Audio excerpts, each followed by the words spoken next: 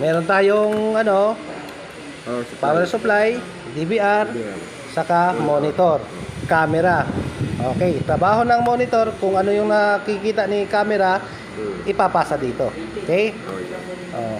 Meron tayong tatlong DVR, meron tayo mga video recorder. Yung sinaw natin, meron tayong DVR, tapos NVR saka XVR. Yan yung pinaka high-end ngayon.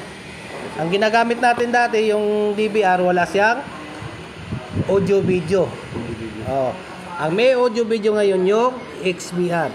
High-end na siya. Katulad ng mga ginagamit natin dito. Ayan audio video yan. Ha? Okay, halimbawa may magpapa-install sa atin. Walang problema ha. Nagpapa-install. Ang gamit natin mga DVR. Tapos ang gamit na camera, video lang, walang audio.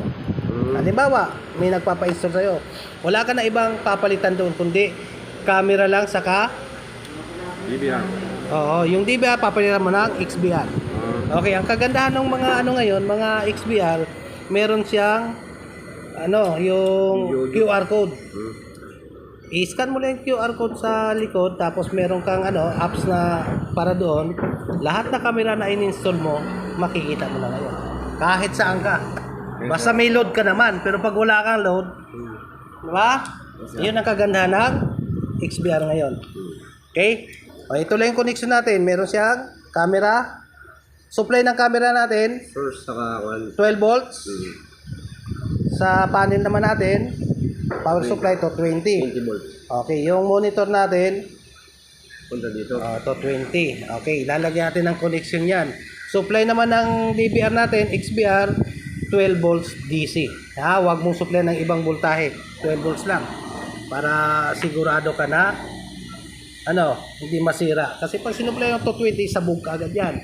220 input, output volts. Hindi, walang input yan.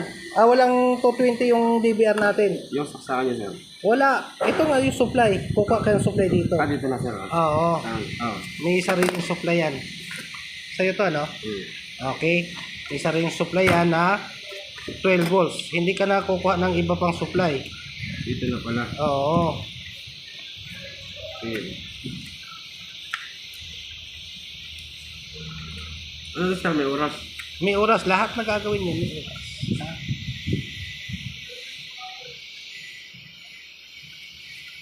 Okay, palit tayo. Atin na yung isa. Ayan yung connection niya ngayon. Ayan. Connection ng meron tayong monitor, camera, power supply, DVR. Okay. Yung power supply natin sasaksak sa 220 volts. Yes, sir. Meron siyang output ngayon na 12 volts DC. Yes, sir. Yun yung susupply dito sa DVR, supply doon sa camera. Okay? Tapos yung camera naman diretso dito. Tapos meron tayong VGA or HDMI.